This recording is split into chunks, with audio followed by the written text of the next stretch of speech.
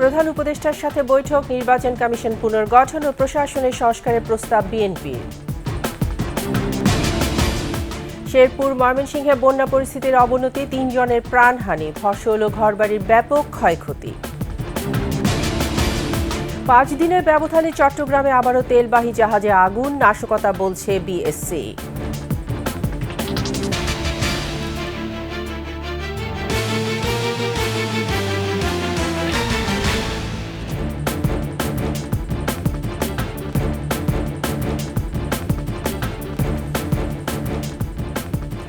শুনছিলেন first security ইসলামী bank PLC সংবাদ শিরোনাম। আমন্ত্রণ ২১ দেশের সংবাদে, সাথে আছি আমি তাইজিন রহমান।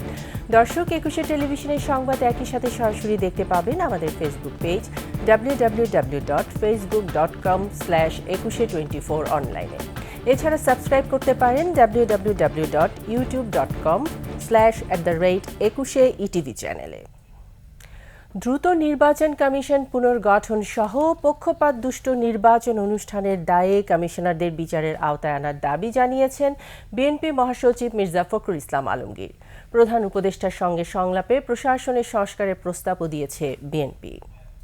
14, 18, 24 সালে যে সকল নির্বাচন কমিশনার ছিল, প্রধান নির্বাচন কমিশনার এবং কমিশনার সহ তাদেরকে ভুয়া নির্বাচন বা নির্বাচন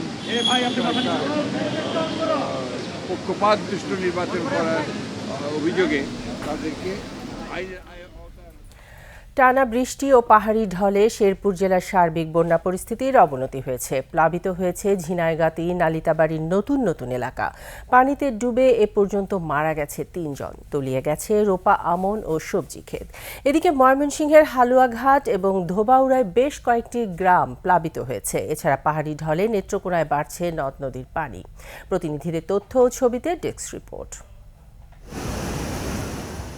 উজানে পানি কিছুটা কমলেও শেরপুরের ভাটি এলাকায় অন্তত ৫০টি গ্রাম নতুন করে প্লাবিত হয়েছে। এছাড়া ঝিনাইগাতি ও নালিতাবাড়িতে প্লাবিত হয়েছে অন্তত শতাধিক গ্রাম। পানিবন্দী কমপক্ষে ৫০,০০০ মানুষ। বন্যার পানিতে ডুবে এ পর্যন্ত মারা গেছে ৩ জন। মৃত্যুর সংখ্যা আরও বাড়তে পারে বলে জানিয়েছে স্থানীয়রা। বন্যা দুর্গত এলাকায় দেখা দিয়েছে শুকনো খাবার ও বিশুদ্ধ পানির সংকট। রাস্তাঘাট, ব্রিজ, কালভার্ট পানির নিচে তলিয়ে যাওয়ায় চলাচলেও বেড়েছে দুর্ভোগ। জেলা কৃষি বিভাগ জানিয়েছে এ পর্যন্ত ৭,৭০০ হেক্টর জমির আমন ধান পুরোপুরি এবং ৯,৭০০ হেক্টর জমির আমনের আবাদ আংশিক তলিয়ে গেছে। ৬০০ হেক্টর জমির শীতকালীন সবজিও পানির নিচে, ভেসে গেছে শতাধিক মাছের ঘের। এখন যে বন্যার পরিস্থিতি, মানুষের ঘরে বাড়ি প্রতিটি ঘরে পানি ঢুকে পড়েছে, আর খাবার দেওয়ার কোনো ব্যবস্থা নেই। ঘরের ভিতরে পানি চলে আসছে এবং আমরা একটু রান্না বান্নার ব্যবস্থা করতে পারিনি। ময়মনসিংহের হালুয়াঘাট ও ধোবাউড়ায় ভারী বর্ষণ ও পাহাড়ি ঢলে নিম্নাঞ্চল সহ বেশ কয়েকটি গ্রাম প্লাবিত হয়েছে। তলিয়ে গেছে বাড়িঘর, রাস্তাঘাট, মাছের খামার ও আমনের ক্ষেত। টানা বৃষ্টি ও পাহাড়ি ঢলে নেত্রকোনায় বাড়ছে নদ নদীর পানি। ধনু, সোমেশ্বরী, কংস ও উবদাখালী নদীর পানি বিপদসীমা ছুঁই ছুঁই করছে। এছাড়া তলিয়ে গেছে কয়েকটি উপজেলার নিম্নাঞ্চলের আমন ক্ষেত। Masuma Lisa, desk report, ২১ television. চট্টগ্রামে আবারও রাষ্ট্রীয় মালিকানাধীন তেলবাহী জাহাজে অগ্নিকাণ্ডের ঘটনা ঘটেছে। এতে মারা গেছে ১ জন। মাত্র ৫ দিনের ব্যবধানে পরপর ২টি জাহাজে অগ্নিকাণ্ডকে নাশকতা বলছে বিএসসি। এ ঘটনায় বাংলাদেশ শিপিং কর্পোরেশনের পরিচালক ইঞ্জিনিয়ার ইউসুফের নেতৃত্বে ৮ সদস্যের তদন্ত কমিটি গঠন করা হয়েছে। বিপ্লব মজুমদারের ক্যামেরায় চট্টগ্রাম থেকে রিপোর্ট করছেন হাসান ফেরদৌস। সংযুক্ত আরব আমিরাত থেকে ৩০,০০০ টন অপরিশোধিত জ্বালানি তেল নিয়ে এমটি ওমেরাল লেগেসি নামের মাদার ভেসেলটি নোঙর করা ছিল চট্টগ্রাম বন্দরের বহির্নোঙরের কুতুবদিয়ায়। এই মাদার ভেসেল থেকে ১১,০৫৫ মেট্রিক টন তেল নিয়ে জেটিতে যাওয়ার পথে বন্দর থেকে ১২ নটিক্যাল মাইল দূরে এমটি বাংলা সৌরভে অগ্নিকাণ্ডের ঘটনা ঘটে। ওখানে দাহ্য পদার্থ অনেক বেশি ছিল, বাতাস বেশি ছিল, সেই কারণে হয়তো আগুনটা আবার হয়তো এরাপ্ট করেছে। বাট আমরা ২-৪টার মধ্যে ইনফ্যাক্ট আগুনটা আমরা নিভে ফেলতে পেরেছিলাম। জাহাজের ভিতরের দিকটাতে ফক্সল, যেটা সামনের দিকের যে হ্যাজ থাকে ডোরের মতো, তার ভিতরে আগুনটা নিভাতে সময় লেগেছে। বাট জাহাজের উপরে যেখানে ফিউয়েল ছিল, ফিউয়েলের ট্যাঙ্কের উপরের আগুন কিন্তু প্রথম 40 মিনিটসের ভিতরে কন্ট্রোলে চলে এসেছে। আগুনের ভয়াবহতায় জাহাজে থাকা ক্রু, ওয়াচম্যান, জেনারেল স্টাফ সহ 48 জন প্রাণ বাঁচাতে সাগরে ঝাঁপতেন। এতে সাদেক মিয়া নামে এক কর্মচারী মারা গেলেও বাকিদের জীবিত উদ্ধার করা হয়েছে। কোস্টগার্ড ও নৌবাহিনীর স্পিডবোট প্লাস যে সমস্ত জেলের নৌকা আশেপাশে ছিল তারা তাদেরকে উদ্ধার করেন এবং সবাইকে উদ্ধার করা সম্ভব হয়। আনফর্চুনেটলি তাদের মধ্যে একজন ট্রমার কারণে তিনি মৃত্যুবরণ করেন। এদিকে পরপর দুটি ওয়েল ট্যাঙ্কারে অগ্নিকাণ্ডের ঘটনাকে নাশকতা বলে মনে করছে বিএসসি। জাহাজটিতে একই সময়ে 4টি পয়েন্টে অগ্নিকাণ্ডের ঘটনা ঘটে। এই সময় একটি স্পিডবোটও চলাচল করতে দেখা যায়। জাতীয় নিরাপত্তাকে বিঘ্নিত করার লক্ষ্যে এই ধরনের কর্মকাণ্ড হতে পারে, তবে আমি অ্যাসার্টিভলি কোনো জিনিস এই মুহূর্তে বলতে চাই না। আমরা 8 সদস্যের বিশেষ করে মেরিন এক্সপার্ট দিয়ে এবার একটা কমিটি ফর্ম করেছি। এর আগে 30 সেপ্টেম্বর বিএসসি তেলবাহী জাহাজ এমপি বাংলার জ্যোতিতে বিস্ফোরণ ও অগ্নিকাণ্ডের ঘটনায় মারা যান ক্যাডেট সহ 3 জন। প্রায় 30 বছরের পুরনো জ্বালানি তেলবাহী জাহাজ দুটি মেয়াদ উত্তীর্ণ হওয়ায় চলতি সপ্তাহে অপারেশনাল কার্যক্রম থেকে বাদ দেওয়ার কথা ছিল। হাসান ফিরদৌস, 21 টেলিভিশন, চট্টগ্রাম। ডিবিতে আর কোনো আয়নাঘর থাকবে না বলে জানিয়েছেন মহানগর গোয়েন্দা প্রধান রেজাউল করিম মল্লিক। ডিবিকে সাধারণ মানুষের আস্থার জায়গা হিসেবে তৈরি করা হবে বলেও জানান তিনি। ডিএমপি মিডিয়া সেন্টারে মিট দ্য প্রেসে এসব কথা বলেন মহানগর ডিবির প্রধান। এ সময় দুর্গাপূজাকে কেন্দ্র করে ঢাকার সব মন্দিরের সামনে পুলিশের পাশাপাশি সাদা পোশাকে ডিবি অবস্থান করবে বলেও জানান তিনি। এছাড়াও স্বচ্ছতার সাথে সকল মামলা তদন্তেরও আশ্বাস দেন মহানগর গোয়েন্দা প্রধান। স্পষ্টভাবে বলতে চাই, ঢাকা মহানগর গোয়েন্দা অফিসে আর কোনো আয়নাঘর থাকবে না। ডিবির কলঙ্কিত অধ্যায় শেষ করে সেটিকে পবিত্র করা হবে, যেখানে মানুষ ন্যায় বিচার পাবে। এখানে কোনো নায়ক নায়িকা বা সেলিব্রিটিদের সময় কাটানোর জায়গা হবে না, থাকবে না কোনো ভাতের হোটেল। তরুণ প্রজন্ম ছাত্র রাজনীতির নামে চরম অপরাজনীতির সাথে যুক্ত বলে মন্তব্য করেছেন শিক্ষা ও পরিকল্পনা উপদেষ্টা ওয়াহিদ উদ্দিন মাহমুদ। বিশ্ব শিক্ষক দিবস উপলক্ষে রাজধানীতে আয়োজিত অনুষ্ঠানে অংশ নিয়ে শিক্ষা উপদেষ্টা আরও বলেন, যে কোনো বিশ্বমানের বিশ্ববিদ্যালয়ে ছাত্র শিক্ষকদের জন্য কিছু আচরণবিধি থাকে, বাংলাদেশেও তা করা প্রয়োজন। পাঠ্যপুস্তক সংশোধনের বিষয়ে উপদেষ্টা জানান, মাত্র 2-3 সপ্তাহে পাঠ্যপুস্তকে পরিমার্জন করা হয়েছে, এক্ষেত্রে কিছু ভুল ত্রুটি থাকতে পারে। এর সাথে নৈতিকতা একটা বড় জিনিস। আপনারা শিক্ষকরা যখন ছাত্রদেরকে শিশুকাল থেকে ছোটবেলা থেকে পড়াবেন, তখন আমাদের শিক্ষাক্রমে কত দূর আছে আমি জানি না, কিন্তু নৈতিকতাটা শিক্ষাদান একটা বড় জিনিস। আলোচনা সভা সহ নানা আয়োজনে দেশের বিভিন্ন স্থানে শিক্ষক দিবস উদযাপন করা হয়েছে। ময়মনসিংহ টাউন হল তারেক স্মৃতি অডিটোরিয়ামে আলোচনা সভার আয়োজন করা হয়। এ উপলক্ষে টাঙ্গাইলে মাওলানা ভাসানী বিজ্ঞান ও প্রযুক্তি বিশ্ববিদ্যালয়ে শিক্ষকদের অংশগ্রহণে জুলাই-আগস্ট আন্দোলনে নিহত শহীদ ও আহতদের স্মরণে দোয়া করা হয়। এছাড়া বরিশাল, ঝালকাঠি, চুয়াডাঙ্গা, বান্দরবান, ঝিনাইদহ, সিরাজগঞ্জ, সাভার, বাগেরহাট, হিলি, নীলফামারী সহ দেশের বিভিন্ন স্থানে নানা আয়োজনে শিক্ষক দিবস উদযাপন করা হয়।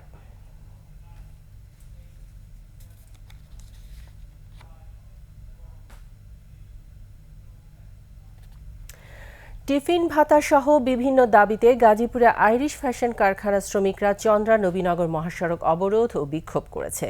জিরানীতে আইরিশ ফ্যাশন কারখানার শ্রমিকরা কারখানার সামনে অবস্থান নেয়। পরে বিক্ষুব্ধ শ্রমিকেরা সকাল 10টার দিকে জিরানীতে চন্দ্রা নবীনগর মহাসড়ক অবরোধ ও বিক্ষোভ শুরু করে। এতে দুর্ভোগে পড়ে সাধারণ মানুষ। পরে শিল্প পুলিশের সদস্যরা পরিস্থিতি নিয়ন্ত্রণের চেষ্টা করেন। এদিকে আজও বন্ধ রয়েছে 8টি পোশাক কারখানা। গেল কয়েকদিনের অস্থিরতা কাটিয়ে অবশেষে আশুলিয়া শিল্পাঞ্চলে ফিরেছে পুরোপুরি স্বস্তি। সকাল থেকে এখন পর্যন্ত শিল্পাঞ্চলের কোথাও কোনো শ্রমিক অসন্তোষের খবর পাওয়া যায়নি।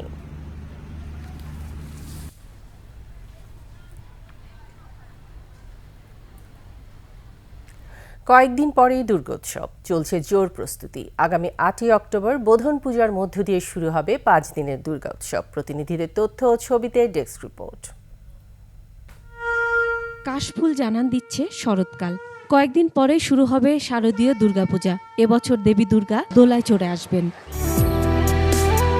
এবছর বরগুনায় 122টি মন্দিরে পূজা হবে, চলছে প্রতিমা তৈরির কাজ। রং তুলির কাজ শেষ পর্যায়ে চলতেছে। নতুন নতুন জামা কিনবো, তারপরে আমি খেলনা কিনবো। সর্বজীবের মঙ্গল কামনায় মায়ের কাছে আমরা প্রার্থনা করব। দুর্গাপূজা উপলক্ষে নিরাপত্তা ব্যবস্থা জোরদারের পাশাপাশি সকল ধরনের সহযোগিতার কথা জানিয়েছে প্রশাসন। দুর্গোৎসব উপলক্ষে সার্বিক নিরাপত্তা এবং হিন্দু ধর্মাবলম্বী যারা রয়েছেন তারা যাতে নির্বিঘ্নে শান্তিপূর্ণ পরিবেশে পুজো উদযাপন করতে পারে সে লক্ষ্যে আমাদের সর্ব ধরনের প্রস্তুতি রয়েছে। সার্বিক আইন শৃঙ্খলা পরিস্থিতি এখন পর্যন্ত ভালো, সামনেও ভালো থাকবে এবং আমাদের সনাতন ধর্মাবলম্বীরা অন্তত শান্তিপূর্ণভাবে উৎসব মুখরভাবে তাদের যে ধর্মীয় উৎসব সেটা পালন করতে পারবে। দিনাজপুরেও চলছে শারদীয় দুর্গোৎসবের প্রস্তুতি। এবার জেলায় 1207টি মণ্ডপে পূজা হবে। এই বাজেটে যে প্রতিমা হয়েছে, থিম নিয়ে কাজ হতো, সেগুলো এবার হচ্ছে না, এমনি সীমিত আকারে কাজ হচ্ছে। প্রতিমা পূজার কি আমাদের যেমন চাহিদা, এবার চাহিদাটা খুবই কম, আমরা এবার সীমিত কাজ করতেছি। পূজা নির্বিঘ্ন হবে বলে আশাবাদী দুর্গাপূজা সমন্বয় কমিটি। দিনাজপুরে আপামর জনসাধারণ, রাজনৈতিক দল সকলের সাহায্যে নির্বিঘ্নে পূজা হবে বলে আমি মনে করি। সুষ্ঠুভাবে দুর্গাপূজা উদযাপনে নেওয়া হচ্ছে ব্যবস্থা। কিভাবে সুষ্ঠুভাবে আইন শৃঙ্খলা পরিস্থিতি সমন্বিত রেখে সার্বজনীন দুর্গাপূজা উৎসব উদযাপন করা যায় তার ব্যবস্থা আমরা ইতিমধ্যে গ্রহণ করেছি। সবগুলো পূজা মণ্ডপেই যাতে এই শারদীয় দুর্গোৎসব উৎসবমুখর পরিবেশে উদযাপন হয় সেই জন্য আমরা নিরাপত্তা ব্যবস্থা নিয়েছি। নোয়াখালীতে বন্যার ভয়াবহতা কাটিয়ে 183টি মণ্ডপে পূজার প্রস্তুতি চলছে। প্রশাসন জানিয়েছে প্রতিটি মণ্ডপ থাকবে সিসি ক্যামেরার আওতায়। প্রতিবারের মতো এবারও আমাদের দুর্গাপূজাটা উদযাপন করব। যদি মায়ের কৃপা থাকে তাহলে আমরা হয়তো ওনার আশীর্বাদ নিতে পারবো। সাম্প্রদায়িক কোনো সম্প্রীতি বিনষ্ট এরকম কোনো কাজ না ঘটে সে বিষয়ে আমরা সবাই তৎপর আছি। 13 অক্টোবর দশমী তিথিতে প্রতিমা বিসর্জনের মধ্য দিয়ে শেষ হবে শারদীয় দুর্গোৎসব। Masum আলিসা, desk report, 21 television. Awami লীগের রাজনীতির সুবাদে চাল ব্যবসায়ী থেকে মন্ত্রী হন সাধন চন্দ্র মজুমদার। পরিবারের সদস্যদের নিয়ে গড়ে তোলেন বিশাল ব্যবসায়ী সিন্ডিকেট। ঠিকাদারি, ধান চালের ব্যবসা, জলমহাল, চাকরি ও বদলি বাণিজ্যের মাধ্যমে হাতিয়ে নেন কোটি কোটি টাকা। বাকিটা ডেস্ক রিপোর্টে। চালের ব্যবসা দিয়ে জীবন শুরু সাধনচন্দ্র মজুমদারের। 1984 সালে হন ইউপি চেয়ারম্যান। এরপর জড়িয়ে যান আওয়ামী লীগের রাজনীতির সাথে। বনে যান দলের সাবেক সাধারণ সম্পাদক আব্দুল জলিলের অন্যতম শিষ্য। দুদফা উপজেলা চেয়ারম্যানও ছিলেন তিনি। 2008 সালে নওগাঁ 1 আসনে সংসদ সদস্য নির্বাচিত হওয়ার পর তাকে আর পেছন ফিরে তাকাতে হয়নি। ভোটারবিহীন 2014 ও 2018 সালের নির্বাচনেও সংসদ সদস্য হন তিনি। 2018 সালে দায়িত্ব পান খাদ্য মন্ত্রণালয়ের। এরই মধ্যে তার কবজায় চলে যায় ধান চালের সিন্ডিকেট। এছাড়া ঠিকাদারি সিন্ডিকেট, ওএমএস এবং সার ডিলারশিপ সহ নানা অনিয়ম দুর্নীতির মাধ্যমে হাতিয়ে নেন কোটি কোটি টাকা। হলফনামার তথ্য অনুযায়ী 15 বছরে তার আয় বেড়েছে 157 গুণ। প্রতিটা কাজেই তারা 20% কমিশন নিয়েছে এবং তার ঠিকাদারি প্রতিষ্ঠানের সাথে তার পার্টনার ছিল, সে একদিকে ওখানেও কমিশন নিয়েছে, এমপি হিসাবেও কমিশন নিয়েছে, মন্ত্রী হিসাবেও কমিশন নিয়েছে, আবার ঠিকাদারি পার্টনার হিসাবে যে ব্যবসা হচ্ছে সেটা তো তার হিস্সা নিয়েছেই। মেয়ে তৃণা মজুমদার, ভাই মনা মজুমদার সহ পরিবারের সদস্যদের মাধ্যমে সিন্ডিকেট করে এলাকায় জলমহাল, চাকরি ও বদলি বাণিজ্য করে 15 বছরে অন্তত 65,000 কোটি টাকা হাতিয়ে নিয়েছেন সাবেক এই মন্ত্রী।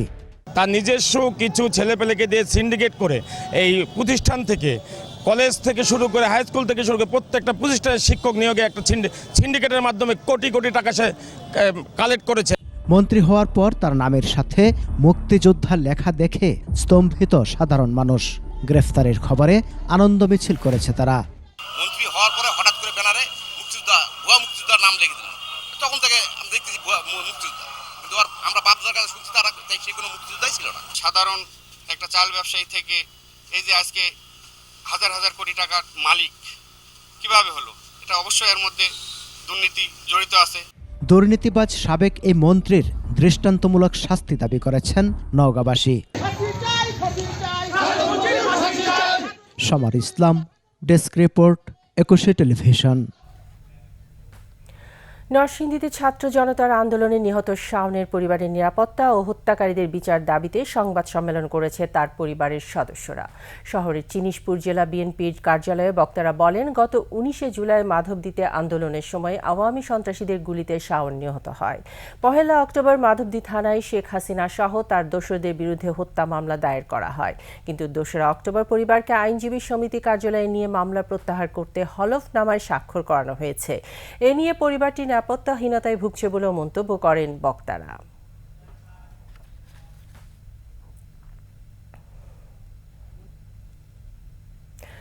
আমদানি বাড়ায় সপ্তাহের ব্যবধানে হিলিতে পেঁয়াজের দাম কমেছে কেজি প্রতি 15 থেকে 20 টাকা। আগে 95 টাকা কেজি দরে বিক্রি হলেও এখন তা 75 টাকায় বিক্রি হচ্ছে। এর প্রভাব পড়েছে খুচরা বাজারেও। দাম কমায় স্বস্তি ফিরেছে পাইকার ও সাধারণ ক্রেতাদের মাঝে। আমদানিকারকরা বলছেন, ভারতের বাজারে দাম কমে যাওয়ায় এবং বাংলাদেশে আমদানি শুল্ক কমানোয় হিলি স্থলবন্দর দিয়ে পেঁয়াজের আমদানি বেড়েছে।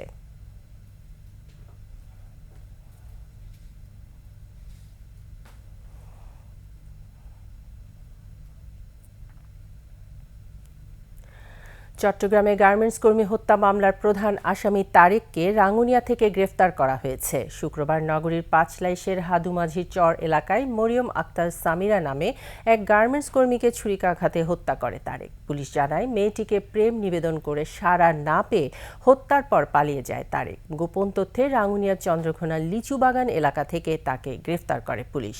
এ সময় হত্যায় ব্যবহৃত ছুরিটিও জব্দ করা হয়।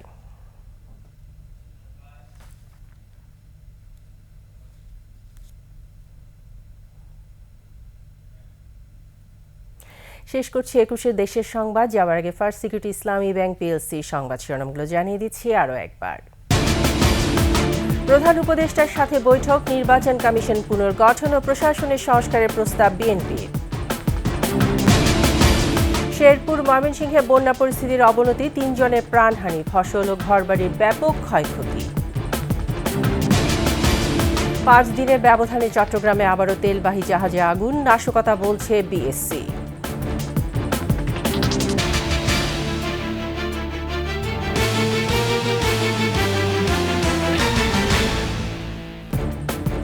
সর্বশেষ সংবাদ জানতে ডায়াল করুন 2021 নম্বরে আর ভিজিট করুন ekushe-tv.com এই ওয়েবসাইটে। ফেসবুকে ভিজিট করতে পারেন www.facebook.com/ekushe24 অনলাইনে।